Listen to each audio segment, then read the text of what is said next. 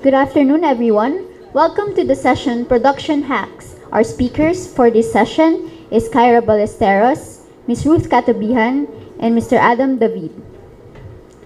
Mr. Adam David has been making books, zines, and comics since 2000. He is the co-founder of Better Living Through Xeroxography, a small press publishing concern that has been organizing lectures, discussions, and expos focused on independent publishing and art activism since 2010.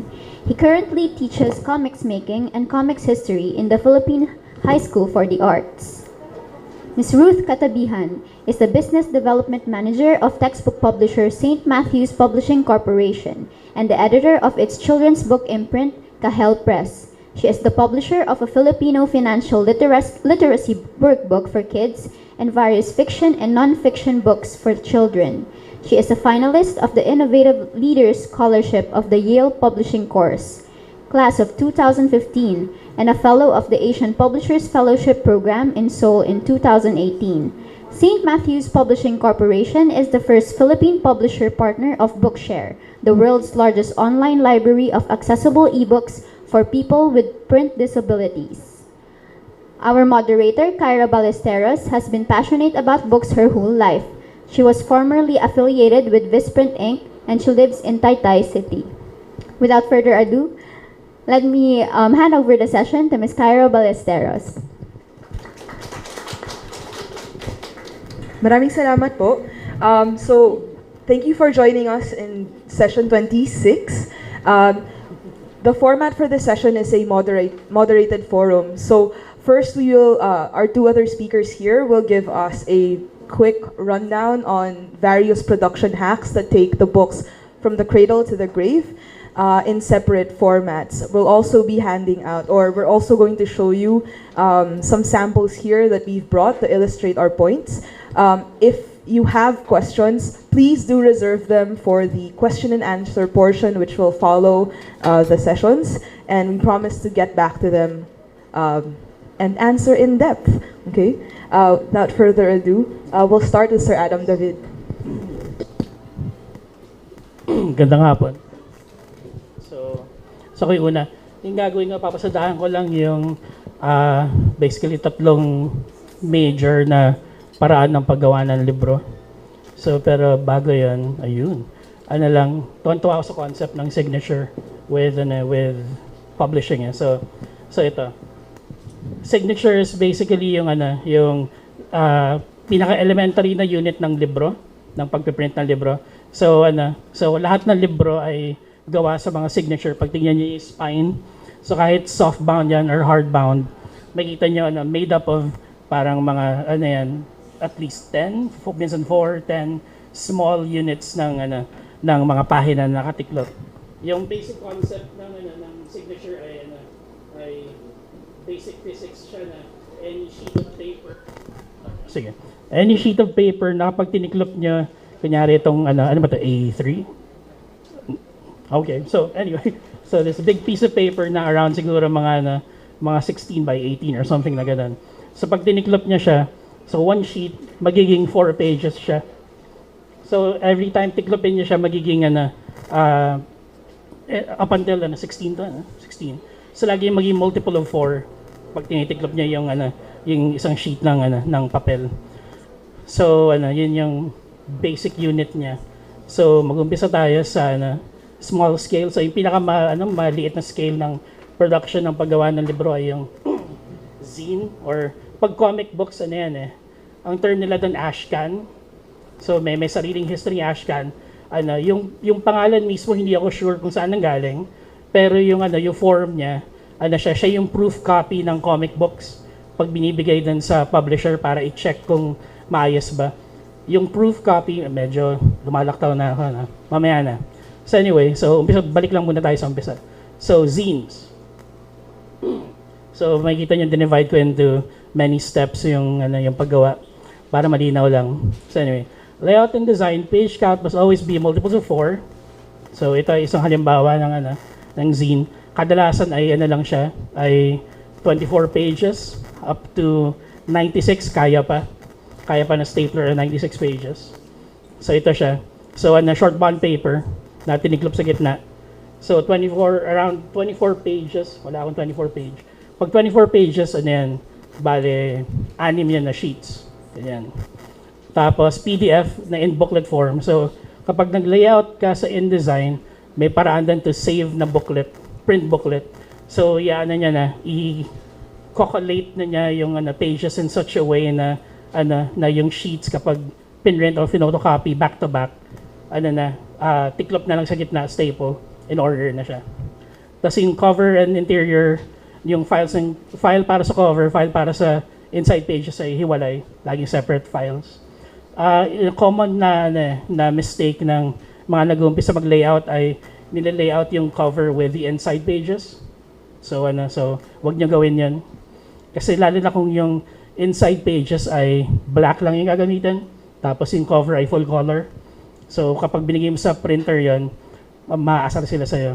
Kasi ibig sabihin nun sila yung kailangan gumawa ng paraan para ihiwalay yung cover mula dun sa inside pages. So laging hiwalay yan dapat. So printing, pwede kasing simple ng desktop printer lang. So yung ginagamit natin sa opisina o sa bahay. Tapos, or photocopier. So pag pumunta kayo sa Blessing, sa mga ganyan. Pwede rin Riso. May sariling proseso yung Riso.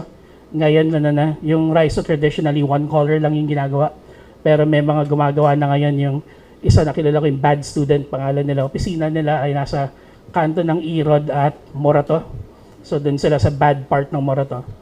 Tapos may opisina sila doon na mahaling pagpagawa, pero pwede silang more than one color in one page. Kailangan mo i-prepare yung file in layers. So pwede mo ibigay sa kanila na Photoshop file sa PSD, separate layers. May layer dun for red, layer for yellow, etc. etc. So pag binigay mo sa kanila, sila na yung magsasort out ng pag-print nun. Ganyan.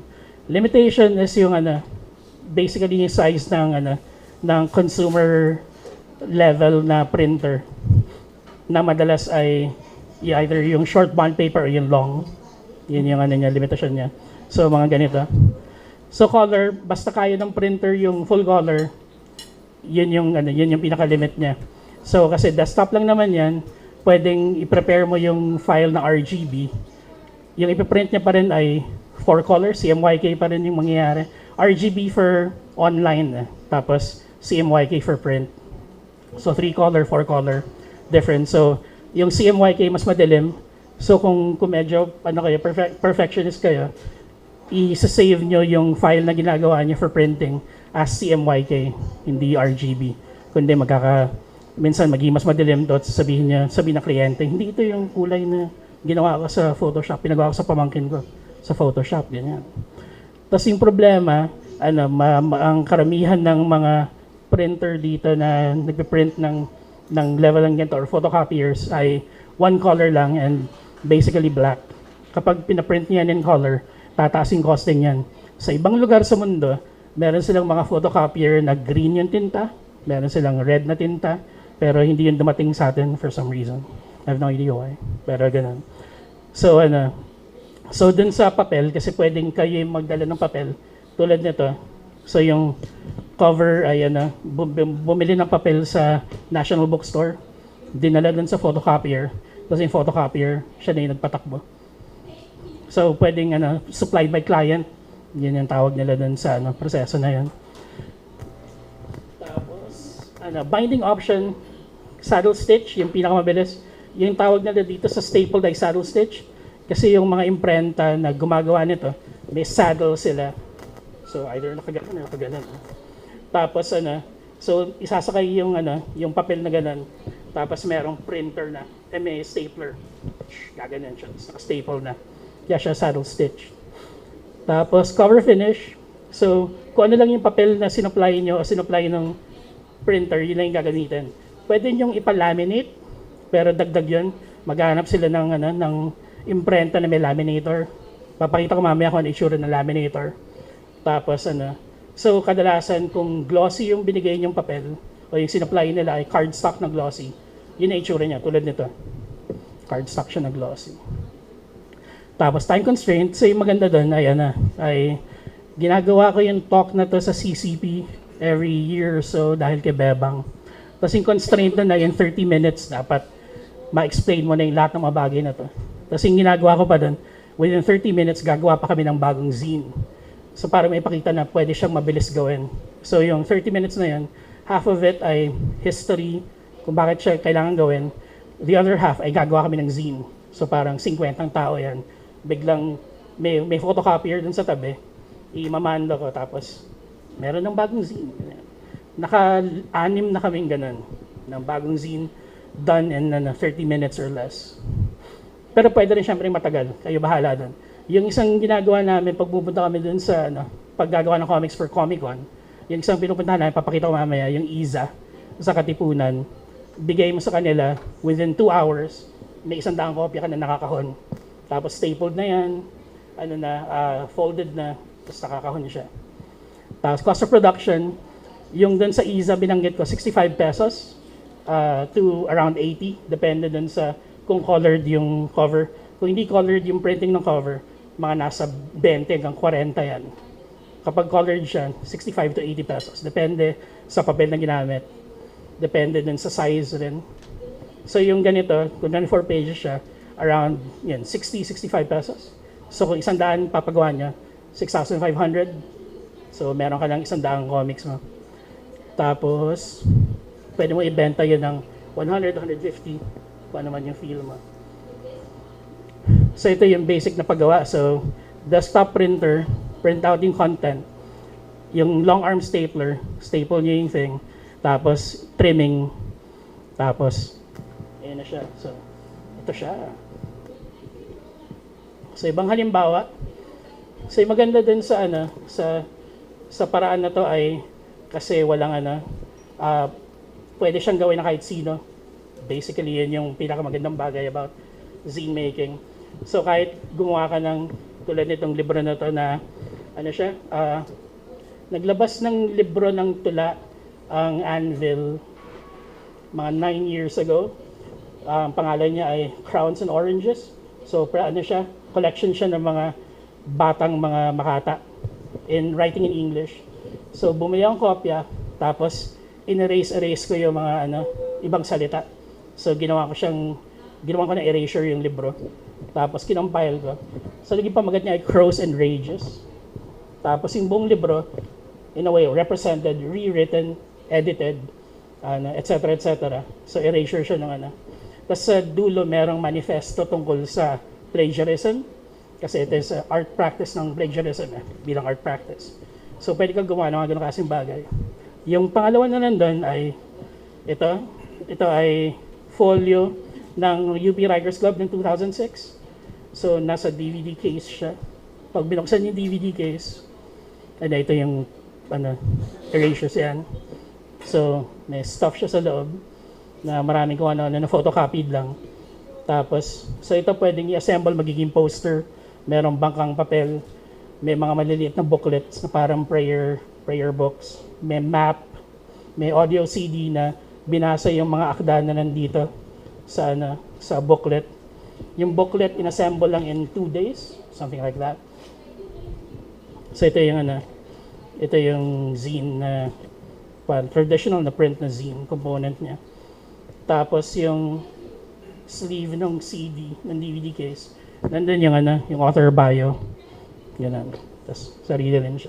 Ako gumawa lahat, pero yung pagsusulat. Kasi superhero ako.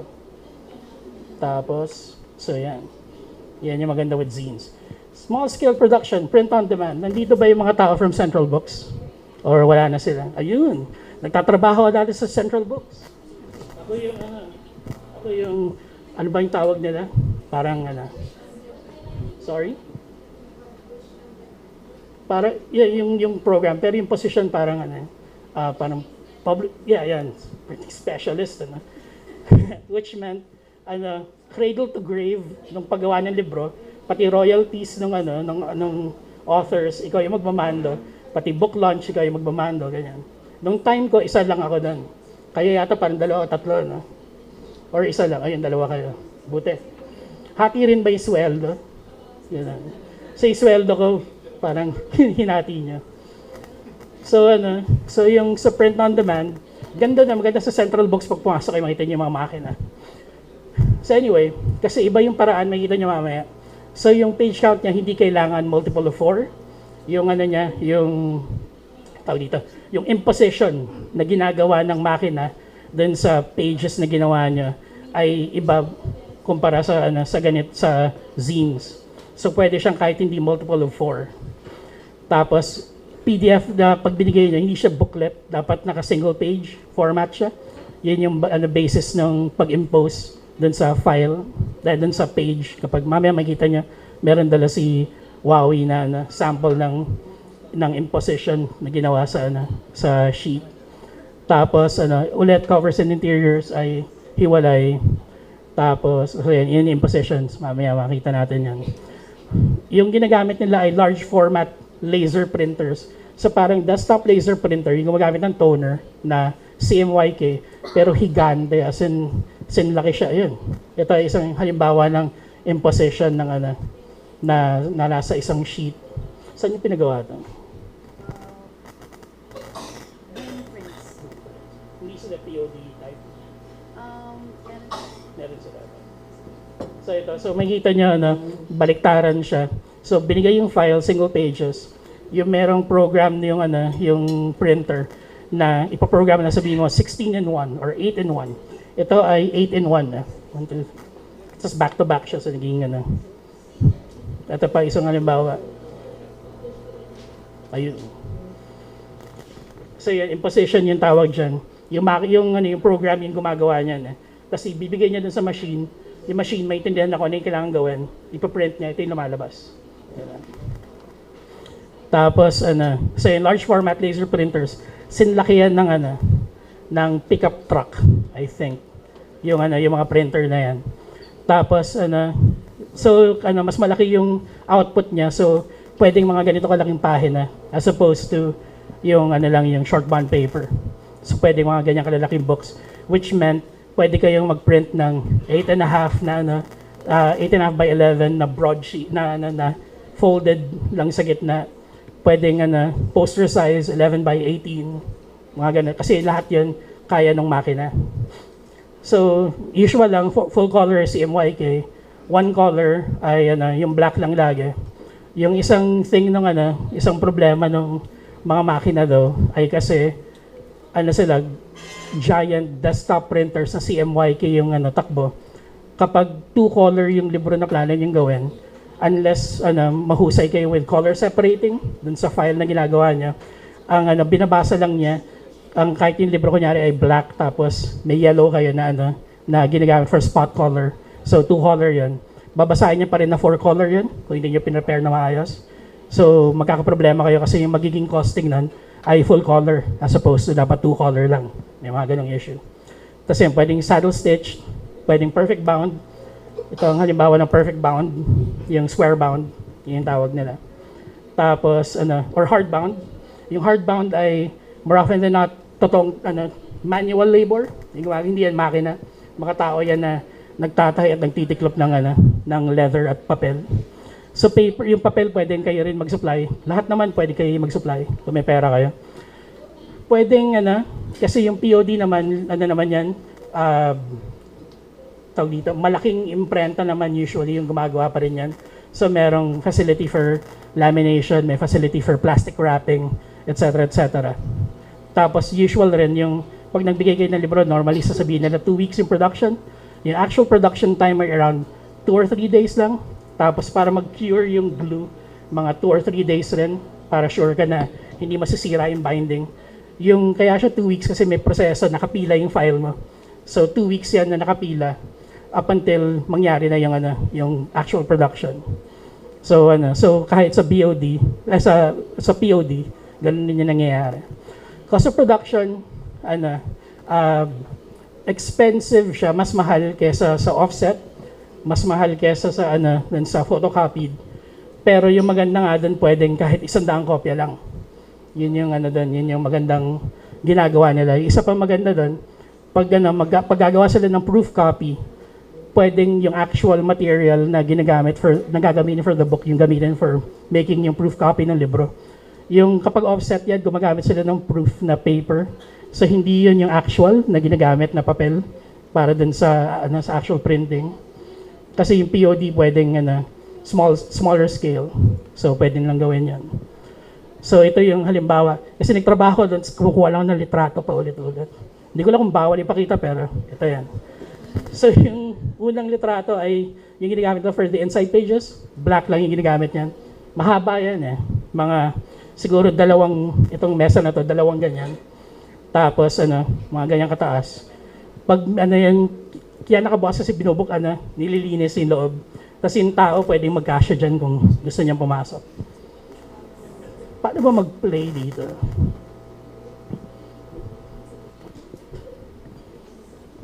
Salamat, Wawi.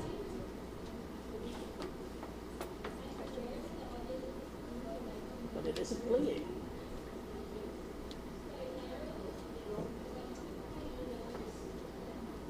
Ayun, kailangan doon ka.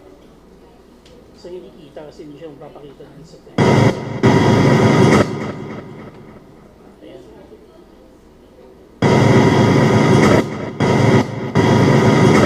So ito yung pagpagawa ng inside pages. Kinukuha pa niya sa internet. Hindi pala na-download yung videos. Pasensya.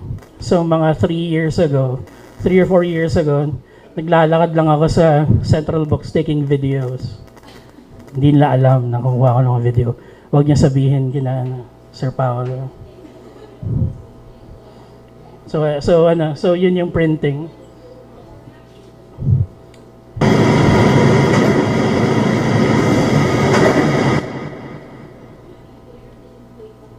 Oh yeah. That's just.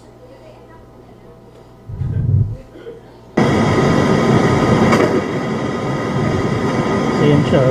Nalaglag din sa cradle niya. Tapos naka-collate na yan.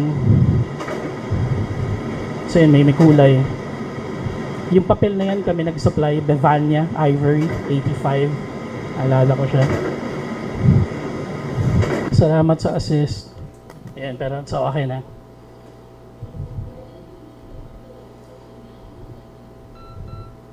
Ay, pero kailangan. I think you need to, sorry. Ayun.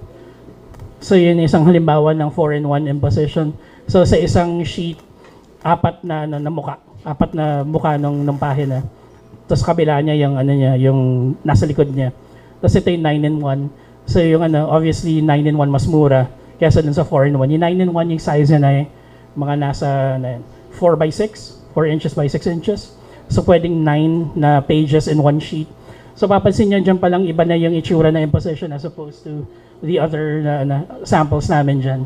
So, siya, imbes na multiple of 4, 2 lang siya. 2 lang yung ginagawa niya. So, para siyang mas traditional na printer na natin sa bahay. So, ito, ganyan kalaki yung makina. Ito yung colored na printer. Yun yung ginagamit to print yung cover.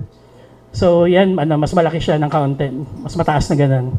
Tapos yung yung toners niya ay mga parang spray paint cans, ganun kalalaki. Tapos CMYK, may kanya-kanya sila. So cyan, yellow, magenta, ganun. So ito yung isang halimbawa ng cover. So pag nagpe-print siya, isang sheet lang yung ginagawa nila. Hindi siya impose, ito yung isang sheet. Pagkatapos nun, punta ka sa lamination. So, manual talaga, na merong makina na may rolyo ng plastic. Iniinit yung plastic para kumapit dun sa sheet. So, naging trabaho ko yan. Ginagawa niya pa rin.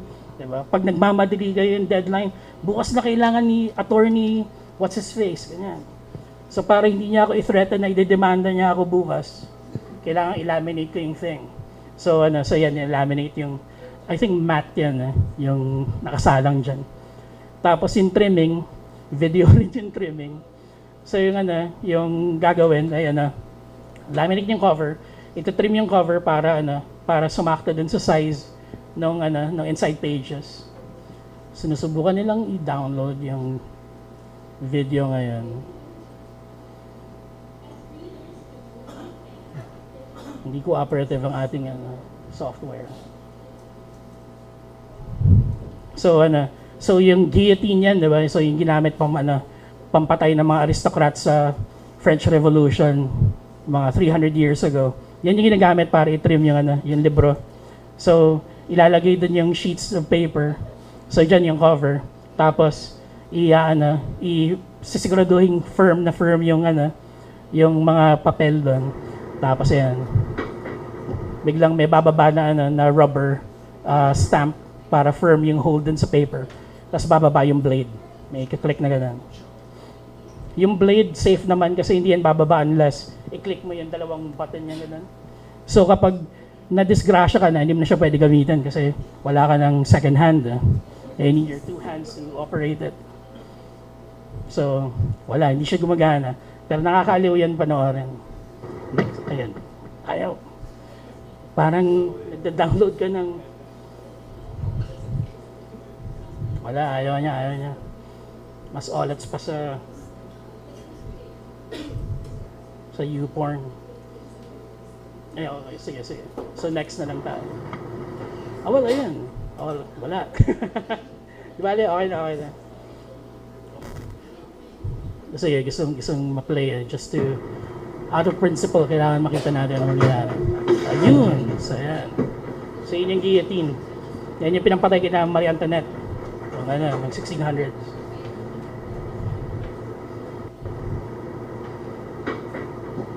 Ayan, so yung scoring ng cover.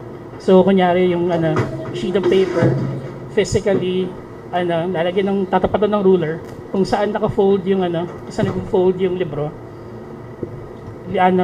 Lilinyahan ng dull edge ng cutter para magkaroon ng fold. So scoring 'yan. Tapos isasalang dun sa binder. Sa yung binder meron siyang pool of glue doon, yung kulay dilaw 'yan. Mukha yung mga chiclet. Tapos tinutunaw, so nagbo-boil na gano'n. Isasalang sa cradle yung pahina. Tapos dadaan yung... May pointer to. Diba? Wala, hindi ko makita. So yung mangyayari, dadaan yung... Sasakay yung libro dito. Merong mga blade dito. As in, siya, nakakatakot siyang malagay yung daliri mo doon, lagat ka. Tapos mabilis niyang isa-serrate yung side ng libro na dadaan sa glue para kumapit yung glue. Tapos nandito yung cover, susuot doon.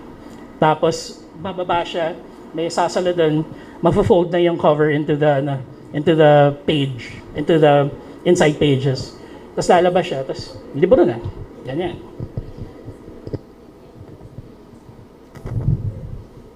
Gusto nilang i-play yung video.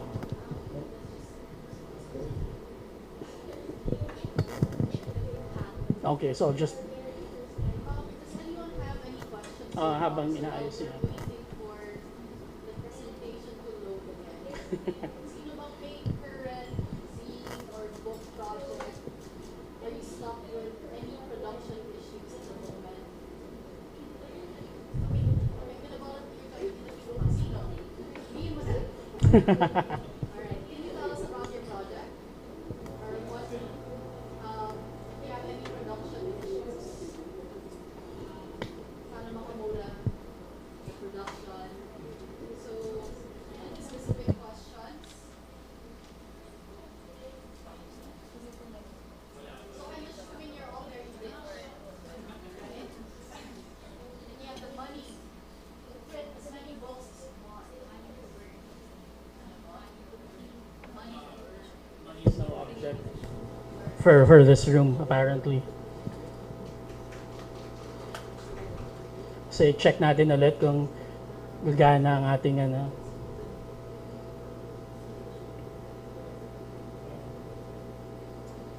So, nagtrabaho ako sa Central Books for less than a year. Kasi medyo na-burnout ako dun sa mga kliyente na mga judge at mga lawyer. Mga professional bullies, as I call them. Ibang klase lang Tatawag sa'yo na alas 4 ng umaga to pester you about books na kailangan ma-deliver in 2 hours. Yung mga ganun. Kung hindi, threaten ka with legal action. Ayun. So, kapag yung libro na, sumakay na dun sa cradle, na lagay na sa cover, yan yung gagawin niya. Trim ulit. So yun, minamanda yung yung gauge para malaman kung gaano kalaki yung bahagi ng cover na itetrim. Kaya mahalaga yung bleed. Diyan papasok yung bleed sa sa layout.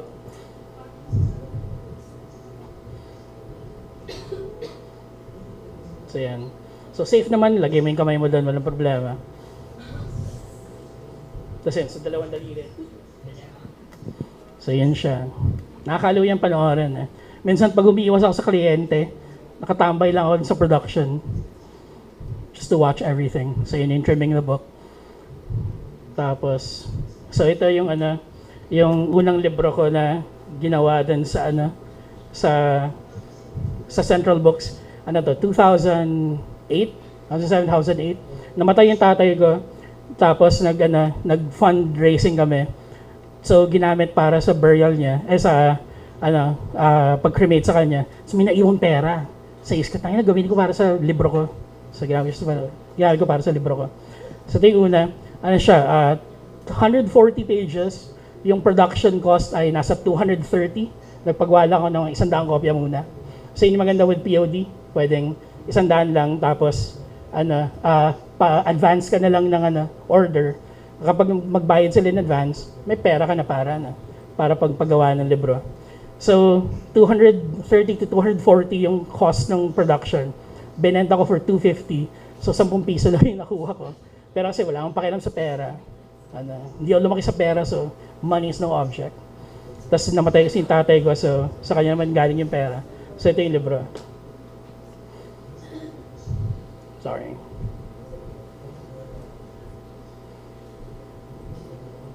So ano yan. So yung maganda with POD kasi ay yung cover, nakita niya na di ba, pa isang sheet lang. So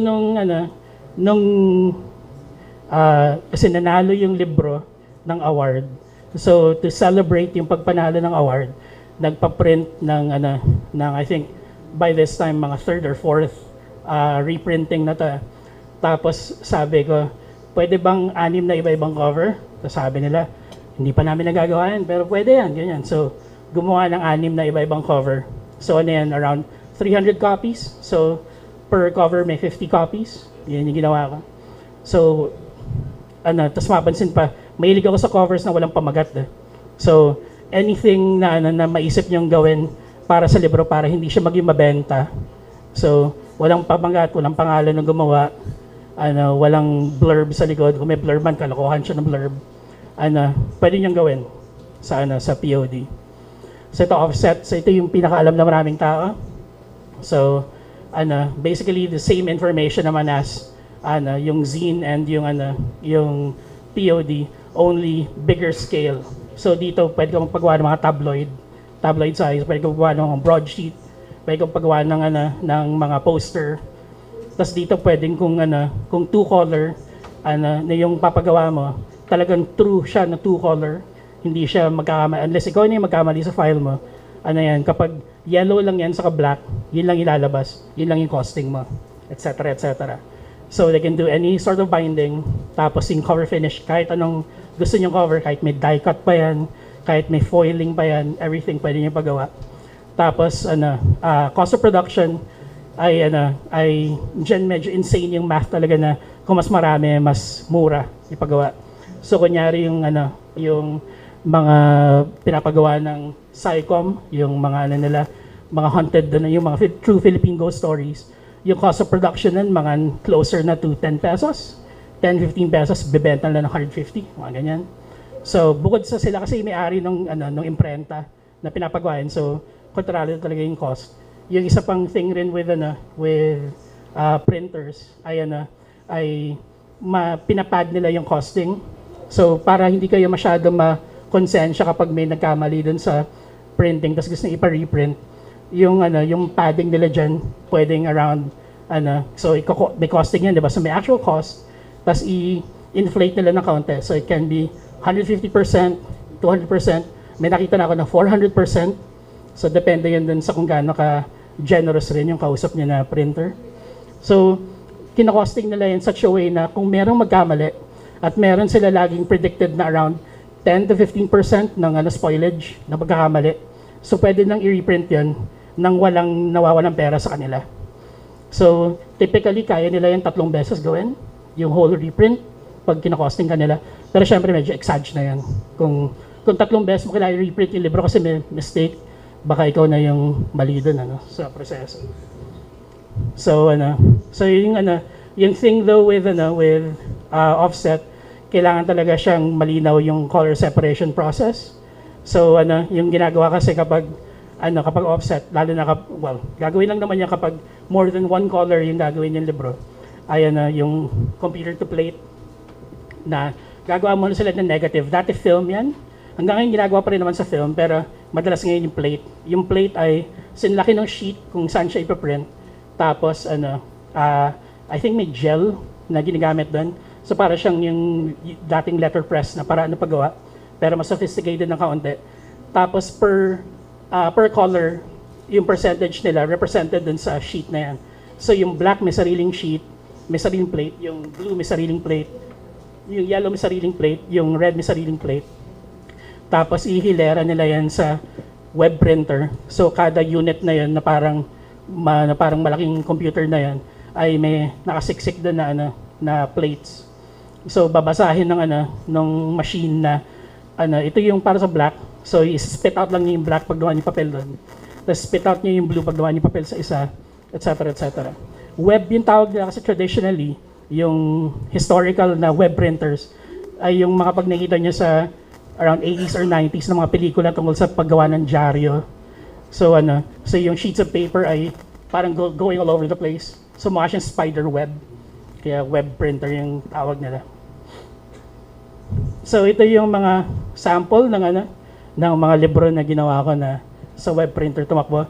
So ito ay isang namatay na printer na publisher, yung Fox Books ng around 2006, 2007. So erotica. Yung Tagsibol ay libro ni Senator Pangilinan tungkol sa farm niya na nakalimutan ko saan. So ABS yung nag-publish. ABS rin nag-publish nung BFF5. So nung parang sinubukan ng ABS na exploit ang tawag dito, yung K-pop craze with their own prepubescent young girls na in-exploit, sinesexualize pero hindi sinesexualize. So ako yung gumawa ng libro, ako yung nag-layout, tapos ako yung pumili ng mga litrato, yung ganyan. So for a time akala mo nagkikidi-born ako kasi marami picture nila na pag behind the scene maraming mga weird photos na kinukuha ng photographers. So yan. Full color, one color, full color lang yung cover. So ito din yung latest and last na printing ng libro ko ay offset na yung ginamit namin. So so may pamagat na siya, may pangalan ko na, may maayos na blurb ni Gina Apostol. Tapos gumawa kami ng I think 500 copies. Mga ganun. So ito yung espresso book machine sa ADB. So meron lang parang mga supposedly 2 or 3 dozen yan sa mundo. So ang espresso book machine, yung concept niya ay in 5 to 6 minutes, meron ka ng libro. So ang mangyayari dyan ay may video ko nahanap pero hindi na pinabit dyan kasi masyadong matagal. So yung mangyayari ay merong Mac Mini dito. So naka-flash drive yung libro mo. Saksak mo dyan, pressing settings and everything. Piprint niya yung inside pages, isasakay niya dito, tapos ipiprint yung cover, then yun yung cover printer. Yung merong brace na yan. Tapos may pot of glue dito sa loob na tinutunaw. So mangyayari yung papel dito, saka yung papel dito, magtatagpo sa gitna. Tapos merong blade dyan na itatrim yung libro. Tapos may kamay dyan na robot na kamay na idadaan sa glue, dadaanan ng glue yung spine, gaganon yung cover. Tapos spit out niya dito yung libro. So yan, as in, para siyang dispenser. So, yung nahanap kong video, 6 minutes exactly kasi real time siya ginawa. Yung experience ka dito daw kasi malakas yung aircon sa ADB, it takes a while para uminit yung pot of glue. Madalas mga 10 to 30 minutes para magawa yung libro. Pero maganda dyan kasi pwedeng isang kopya lang yung paggawa.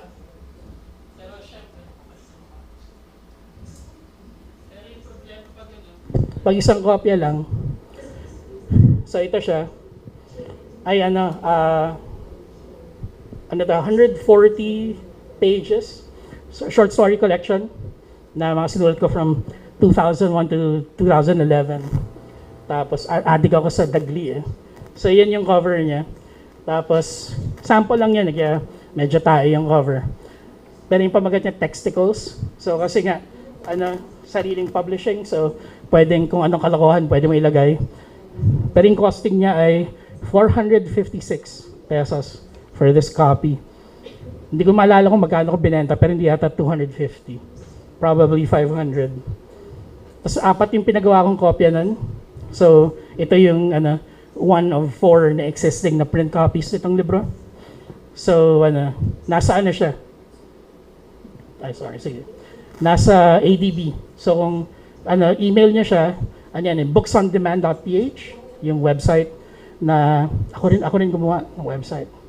Tapos si Rajan, siya yung papatakbo. 3 sila yung papatakbo nun.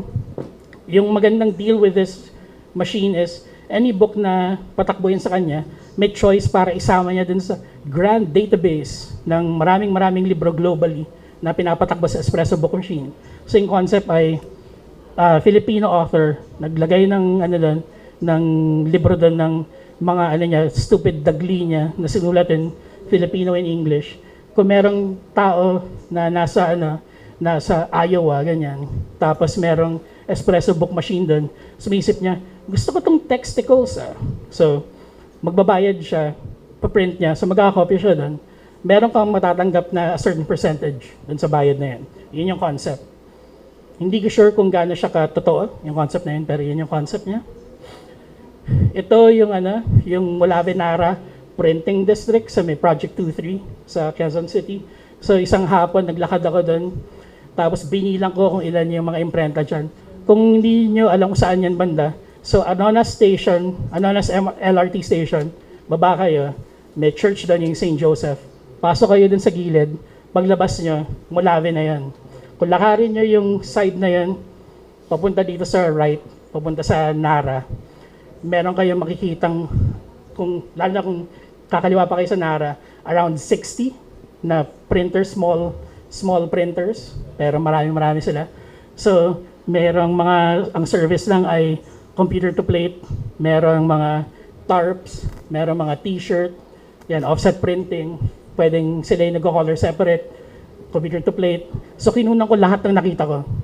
Tapos, kapag naglakad kayo doon, sobrang working class neighborhood, as in na yan, very, very genuinely working class neighborhood. Yung mga trabahador, topless. Puro lalaki yung trabahador. Pero topless sila yung tatrabaho. So, talagang blood, sweat, and maybe some tears kapag gumagawa sila doon. Kaya kapag may mga topless na lalaki, may iwas ako kasi baka mag-away kami, inisip nila na hinaharas ka sila or something. So nahihiya ako magpaalam. Pero yun yung ginawa ko ng hapon na to. Ng tanghali na to. So tanghaling tapat at hindi gumagana ang aking sorry. Ayun. So tuloy-tuloy. Ito yung interesting na wala na palang emerald. Nawala na yung emerald. Pinalitan siya ng Conikim. Yung emerald nasa Aurora Boulevard yan na side ng Molave. Siya, famous siya for being this paper supplier for a couple of decades. Na meron silang lahat ng papel meron sila. Tapos meron silang binding glue, lahat ng kailangan mo to make books from scratch out of your hands. Meron sila. Naging Conikim na siya. Hindi ko lang ba't Conikim, ang weird na name. Baka mga anak, si Connie at si Kim, something like that. So yung picture sa gitna, yun yung harap nila. So lahat ng yan ay cardboard na papel. So for pag hardbound kasi cardboard na depende sa gauge. Pero nire-wrap lang yung papel around yun sa cardboard na yan. So lahat ng yan ay cardboard for hardbound paper. For hardbound na binding. Yung nasa loob pa na yan, puro selection lang ng ng mga papel nila na hindi cardboard. Sa tapat nun, staplers, punchers, ring binders, everything, binding glue, nandun lahat. Sa kabila nun, ay yung Remerald naman. So yung Remerald, na dating Emerald, salamat, malapit na matapos. Okay, so on time ako. Ay ngayon, exclusively paper supply na lang talaga, na mukhang hindi sila for tingi-tingi. Dati tingi-tingi eh. Kaya maraming van na nakapark doon. So, nagsasupply na lang sila ng for mga bigger types of publishers. Hindi ko sure kung pwede na ako mag-walk-in lang doon tapos kumuha. Kasi absolutely not sure kung okay na yan. So yan, just more. So Raiso, computer plating ulit. So ang dami lang yan. Nauhaw ako walking. Sobrang init. Tapos nakaganito pa ako nun. So mainit talaga. So yan lahat doon. Tuloy-tuloy lang yan. Tapos ano lang yan, mga 3 kanto lang yan. So you can imagine, counting out. Kung familiar kayo sa lugar, hindi pa ako umabot sa Lawan. Nakuha ko na yung karamihan ng photos dyan. Ganong karami. So yung huli biglang may babae. So kinuna ko siya ng picture. Kasi hindi naman mananap akong babae. So ito yung UP Shopping Center dati. So bago siya nasunog. Nasunog siya mga 2 years ago. So so ganito, yan pareho rin ng NARA na both sides providing printing services for cheap. Dati kapag may mga Comic-Con nakapila, yung mga tao dyan naghahanap lang kung ano yung cheapest deal na pwede lang makuha for their comic books and zines. Tapos minsan pwede dyan 50 lang per side, so piso per sheet. So pag papagawa ka ng 24-page comic book, 6 sheets yan, 6 pesos lang yung production. 10 pesos with yung binding niya and folding, binabayaran pa yan dati. So 10 pesos yung actual zine, pwede mong ibenta for 30, for 50. Tapos so nung nasunog siya, biglang lumipat yung mga tao sa ISA. So ito yung puntahan ngayon. So marunong na sila, alam lang kung paano gawin. Meron rin sila ng machines na ginagamit ng POD ng Central Books or a variation of it. Yun yung malaking na yan, printer din sa pangatlong litrato. Salamat, Miss Kyra. So dyan nga yung around 65 pesos yung production per copy. So gusto ko lang i-outline yung halaga ng mga printing districts na to, ng mga tao na yan na nagbibigay ng nagpo-provide ng servisyo na yan, yung actual labor of production. Hindi na-appreciate madalas ng maraming tao. For them, pangalan lang yan sa email address or mga inuutusan lang ng mga tao. So para sa maraming tao yan, sa Project 2-3, ito ay di ba, buhay nila. So pag elections, maraming tao dyan, maraming katrabaho. After elections, wala masyado. Pero yung maganda dyan kasi kung meron kang pinapagawa na cover na hindi kaya dito kasi die cut yung gusto mong gawin, merong katapat dyan ng vulcanizing. Kapag die cut kasi gagawa sila ng bakal na imprint na kung ano yung shape na gusto mong gawin para butasan yung cover, yung papel. So vulcanizing gumagawa ng ganun traditionally, yung mga vulcanizing. So meron diyang vulcanizing na yun yung gagawa ng die cut para sa'yo. So lilipat ka lang doon. So dadalhin yung matrix na yun, yung bakal na yun, dadalhin doon sa merong makina, isusuot yung thing na yun, tapos ipa-punch out niya na ganun. So kung biglang kailangan mo ng Raiso na pages para doon sa zine mo or doon sa libro mo, walang Raiso doon sa una mong pinuntahan, may Raiso 2 stores down. So punta ka doon sa Raiso, pag may Raiso, dalhin mo doon, sila yung mag-complete, etc. etc. So yung halaga lang ng community na yan ng workers, ng laborers.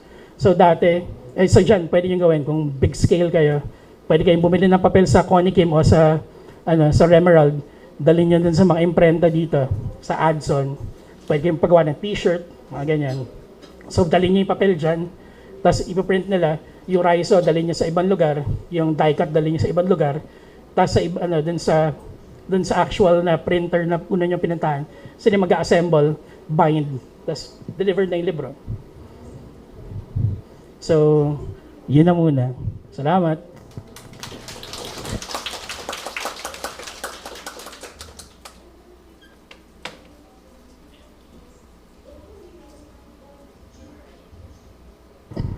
So, unlike Kuya Adam, I don't have a lot of money to spend or money is an issue for us. That's why we started the Production Hacks panel. We proposed it to the NBDB because we want people to keep creating more books, more content, more zines, any printed material that we can distribute to as many people as we can. Kasi, especially after the train law, which made me so angry, because everything became so much more expensive in terms of production.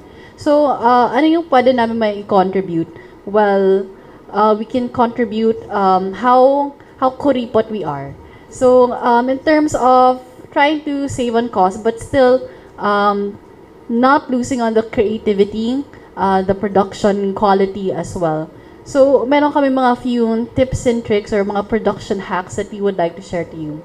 And one of them is actually speaking to your supplier. So, a lot of the people I work with in terms of if they want to create their own stuff, mga independent authors and artists, a lot of them are very shy. So, I feel that they don't get the best deals out of the projects that they do because they don't talk as much to their printers.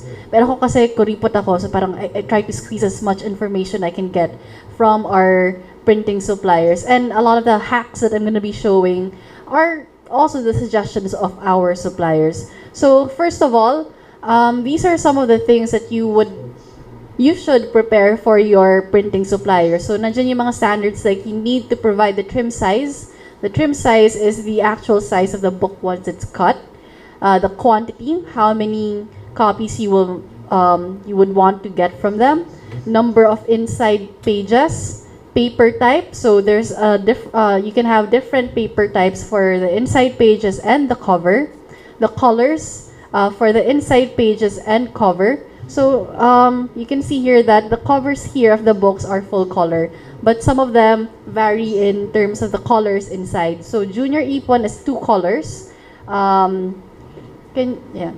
Junior Ipon is 2 colors. So it's black and green. Yung very common sa atin is you have a full color cover, but inside you have just black and white, like this book. But we also have others with dinagdagan pa namin ng mga ibang coloring techniques because we wanted to show some full color pages but at the same time save on costs.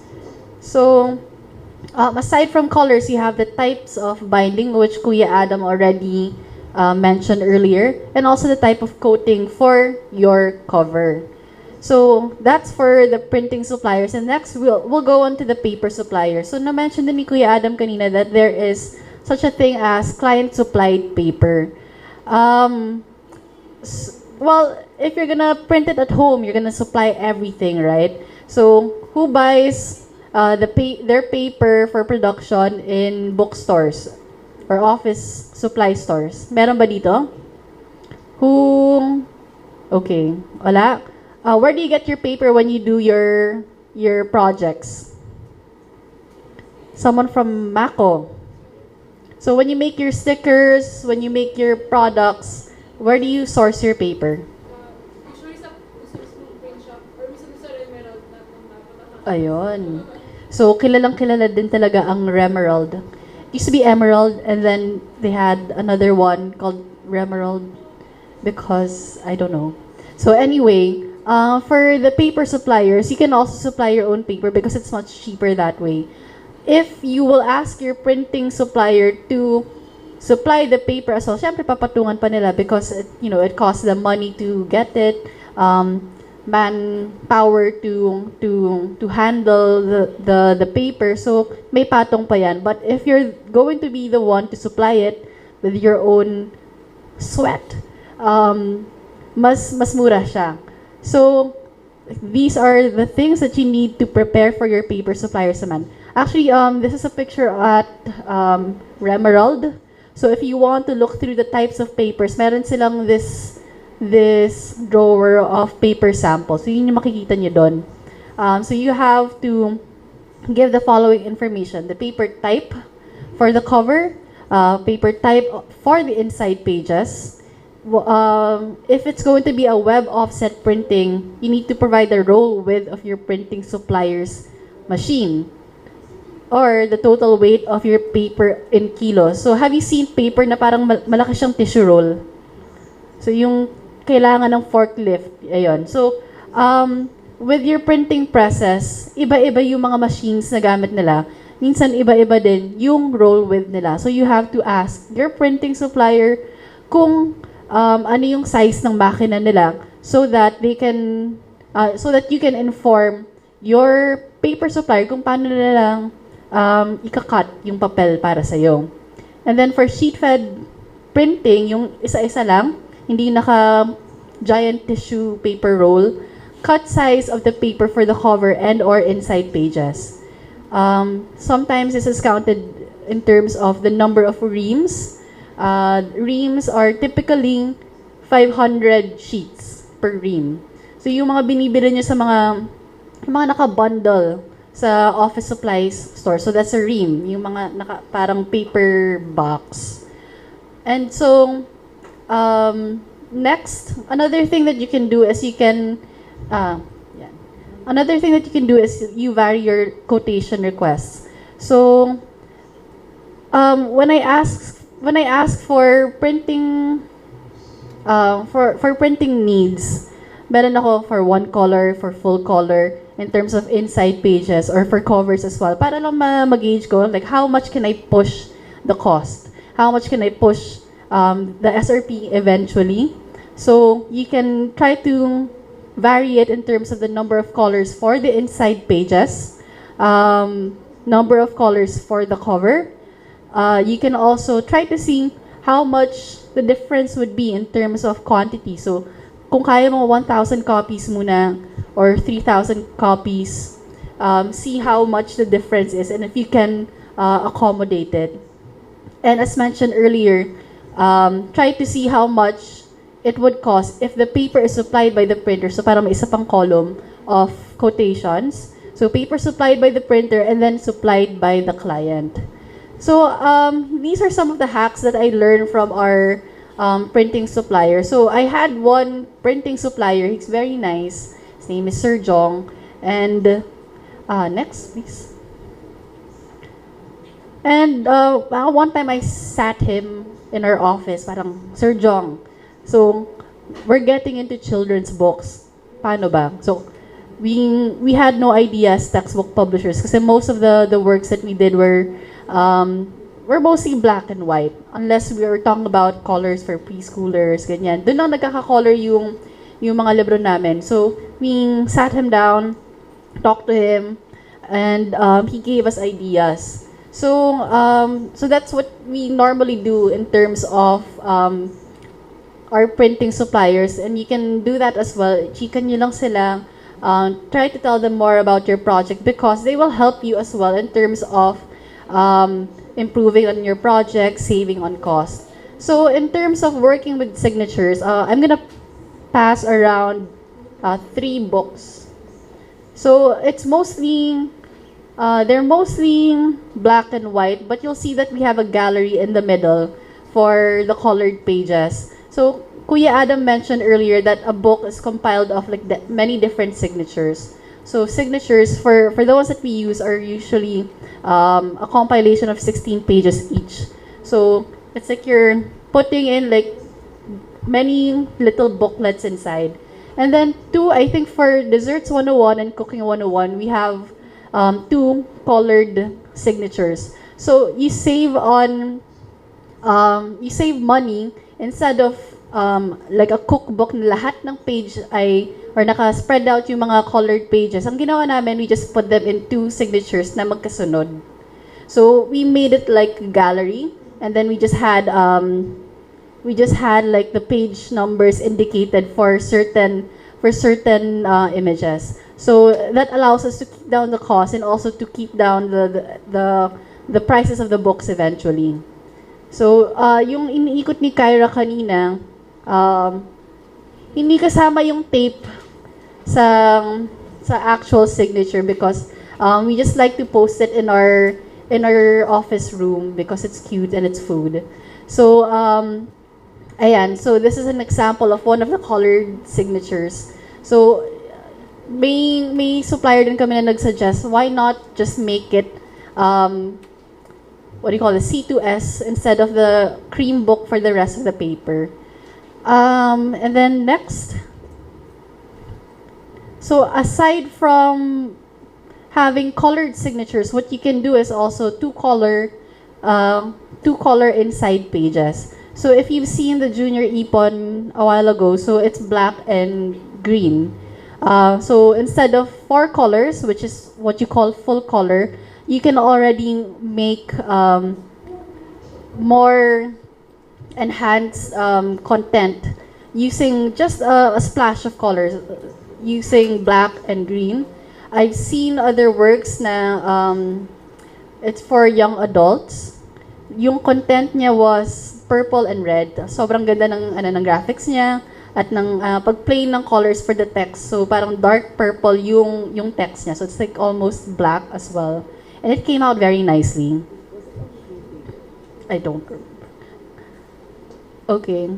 So just an example of Junior Ipon. So you can also play around with the cover. So this was our old one color cover, but you know, when you say one color, you're not really just restricted to like something so plain. And we work a lot with artists, and we trust your imagination as well. So later on, when we handle the writing notebook, we needed to keep the cost down because we normally give this for free. Parang promo namin for our textbook. So since we wanted to redesign it to make it look nicer and still maintain one color covers, you can still try to play it up, try to make it look nice, but without sacrificing the cost as well.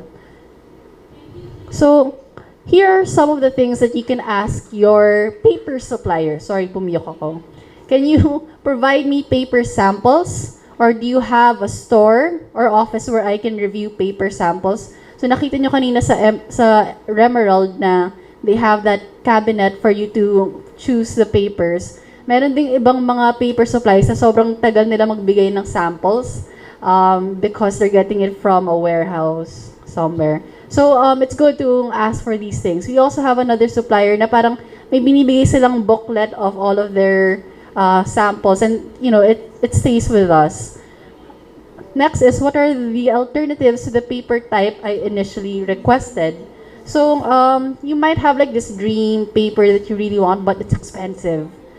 So you can ask your paper supplier, ano yung like next best alternative if I'm gonna use these types of colors, ano yung okay, because they understand the science behind like how inks are absorbed by the paper. So it's best to ask them as well. Also, your printing suppliers, you can ask the same thing. And then next is, what are the pros and cons of the alternative paper types you suggested? So for us, if you've seen yung sa Cooking 101, it's cream book all throughout. And okay lang naman to use that. It's just that we had problems before with how the colored printing came off. Naghimulmul siya with a certain type of cream book paper. So ito yung sinuggest sa amin. So this is a sample for the C2S, which would have been okay as well. It's just that Desserts 101 came a year after Cooking 101, and medyo weird kung the first book was all cream book, tapos the second book, cream book with C2S, diba? And next, alright, what do you ask your printing suppliers? So first, what is the best trim size for my project? Because we also don't want to waste paper.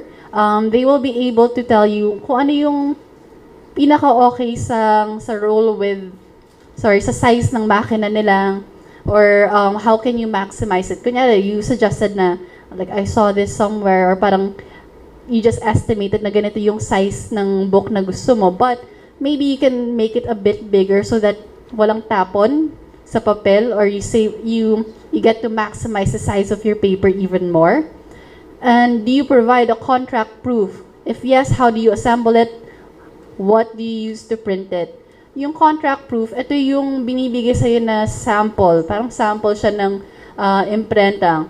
Not many, I don't know why, not many printing suppliers are able to provide contract proofs. Minsan gagawa sila kasi we ask for it, pero parang sometimes they paste it together really badly. Sometimes when people print contract proofs using a laser printer, it's so nice. But a laser printer is not as nice. A laser printer is not the same as your commercial printing or yung sa offset. So it's not as clear sometimes. So minsan, pagdating ng finished product sa'yo, it's so different from the contract proof. And you feel kind of cheated or something because hindi mo nakuha yung initially binigay sa'yo. Should I already place the trim marks and bleed marks in the PDF because sometimes they do it or they ask you to do it? How else can I push down costs for this project? So you can do that. Just keep asking questions and there's really no harm in asking. All right. So, yeah. So I just shared with you some of my kuripotness, some of our production hacks, and I don't think we have enough time. But I'll hand this over to Kyra, and thank you so much for listening.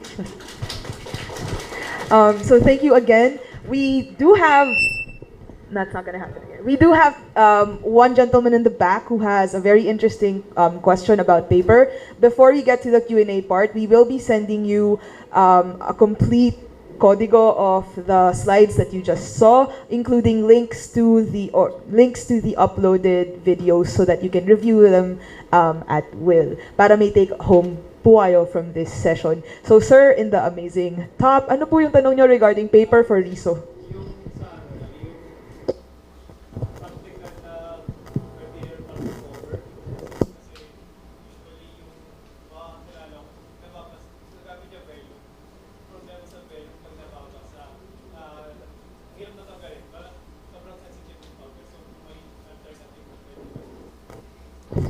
So sir, in terms of covers, well, there are many kinds of covers. So it really depends on your taste, I think, your preference. If you don't want it yung nababasa siya agad tapos nagkakaroon siya ng marks, you can ask your paper supplier, ano ba yung okay na hindi ganito yung effect? You've had an experience with fold coat. Fold coat is what we normally use. And then there's also, there are different types of fold. Sorry, your question is very broad. You can also try sandwich, but in terms of storage, in the long run, medyo mahirap siya i-maintain kasi nag-chip off yung paint or kapag yung pinapunch siya ng ng saddle stitch, minsan yes, parang malaki yung hole para sa kanya. So it's a softer kind of cover, but these are the the things that you can work with, but it would still be best to ask your suppliers so that they can give you more input. And sometimes it's really just based on experience. Kung ano yung subukan mo na, or what you feel when you touch it, it's like the one na paper or something. Sir, does that sort of answer your question? It's a good start. Maybe we have time for one more. Yes, ma'am. Yung risograph na madalas nakikita sa mga print shop versus dun sa risograph, gadap ang name, sa bad student, may difference po ba yun?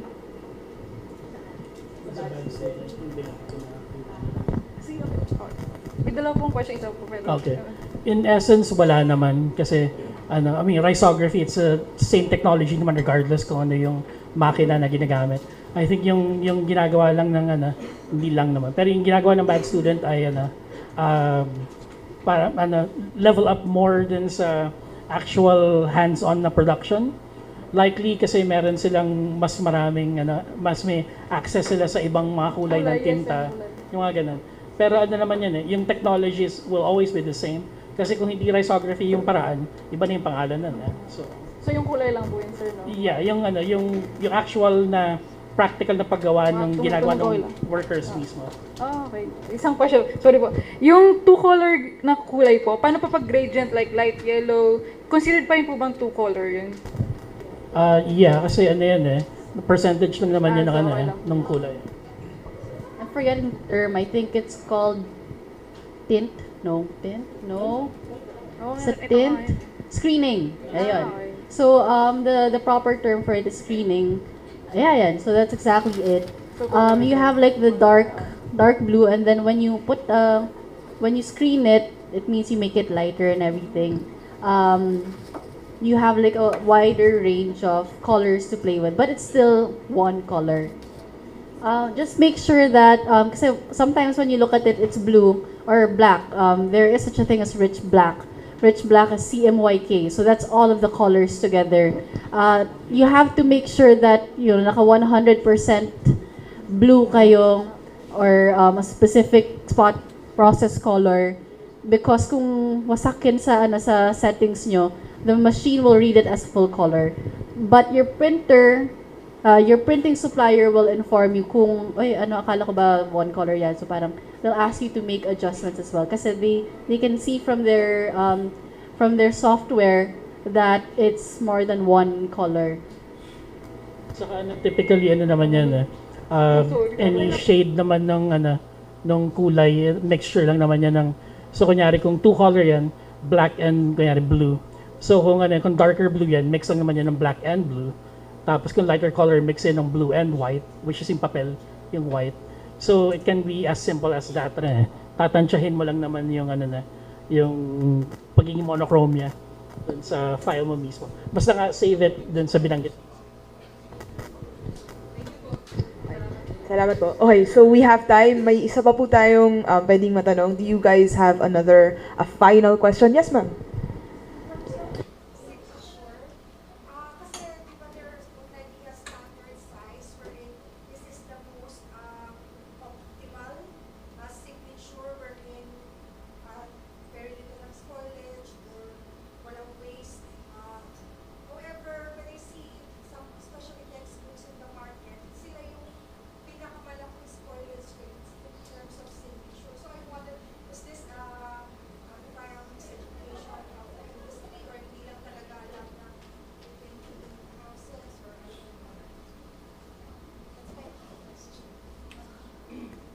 Yung isang magandang bagay na siguro dapat banggitin ay yung print industry is mainly run by textbook publishers. I mean yung backbone niyan ay textbook publishers talaga. Sila yung nagpapaprint ng 10,000 copies. Sila yung nagpapatakbo ng industriya. Kaya may industriya mainly dahil sa kanila. Yung mga trade books, which is ginagawa ng Visprint, in a way ginagawa namin, mga lang yan, in one print run siguro at most 1,000 na, di ba? Kadalasan 500. Kung poetry yan, sabihin lang 500, 300, 500. Tapos so wala kang, hindi mabubuhay ang publishing industry sa ganong levels ng paggawa. So so nabubuhay sila mostly dahil sa presence ng maraming textbook publishers. Ilang kopya ba kayo pag Our lowest is usually 3,000. 10,000. Ano yung highest? 10,000? I think so. I think we've reached that much as well. Actually, I don't know from our printers kung ilan yung mga spoilage kasi hindi ako yung nag-handle doon. Hindi na nakikita and they don't really tell us na, hey, we spoiled this much of your textbooks. So, I mean, that's good for me to know as a textbook publisher because I don't like wasting these resources, these materials. Kasi there was a printing supplier who did that na meron kaming 1,000 copies of books, of a picture book na nawasak. Basta sobrang bad job talaga. So talagang nagalit ako. We didn't pay for it, but it's still, nakakapanghinayang that you wasted so much resources for that. It's good so that we can talk about more sustainable practices in the industry. We can look into it more. And I don't know what to say. Medyo nakakahiya sa textbook publisher that, these things are happening. May dagdag lang ako dun sa So, I mean, nakalimutan ko sagutin yung tanong nyo. So, for sure alam nila yan kasi sila naman yung nagpapatakbo nga ng industriya dito. So, I bet alam nila. Likely kasi sa volume ng paggawa, negligible siya na problema. Pero malaking problema siya in the sense na kasi balik ako sa Central Books. So ito hindi naman to, umabot sila sa 10,000. Depende yan sa kung gaano kasikat yung mga lawyer o yung mga judge na nagpapagawa ng mga libro. Pero typically every week nililinis nila yung production floor. Tapos yung basura doon in terms of garbage bags. Siguro kung divide mo yung kwarto na doon to 4, yung 1/4 na yun, pwedeng ma-fill ng puro papel lang floor to ceiling. In mga a week's worth of printing yan. Na yun lang yung spoilage niya. You mentioned po about signature, so is there a standard size? As I mentioned earlier, sa mga printing presses, iba-iba yung mga machines, iba-iba yung size na lang. Although, nagdedepende na lang how the printing supplier would, if they would inform their client kung ano yung pinaka-optimal size, or kung may ibibigay na size yung client. So minsan hindi sakto yung size ng papel, meaning may tapon. But in terms of, kasi you mentioned spoilage of a completed book, or at least like the cuts. Okay. So for me that means that hindi tama yung pagkaka-size nila ng pag-trim nila ng papel. Hindi nila na foresee kung ano yung, or hindi nila natanong kung ano yung roll width ng makina. Hindi nila kino-ordinate sa paper supplier nila kung ano dapat yung trim size. Yung, if you saw this one, malaki siyang papel, diba? How big should it have been? Typically, yung printer, sasabihan nila na maraming tapon yan. So, pwedeng iba na lang, or iba na lang yung imposition na gagawin nila. Kahit sila mismo, kasi sila yung nagdilinis. So, alam nila kung ano yung cost talaga ng mga ganyang bagay. So, wrap up na to. Okay. So, again, thank you po for your question. I'm sorry we weren't able to give you a more concise answer. But, again, to reiterate, we will be sending you copies of the slides. If you have any questions after you've thought about the information we've been able to provide, please course it through the National Book Development Board, and then they will be able to communicate with us and then make sure to get back to you as soon as you can. Maraming salamat po for joining us this year, and we'll see you all soon.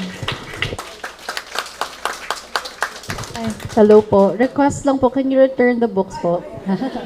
Please return the books. Maglilibot po ako. May 3 pa po dyan from St. Matthew's at yung kay Sir Adam. Salamat po.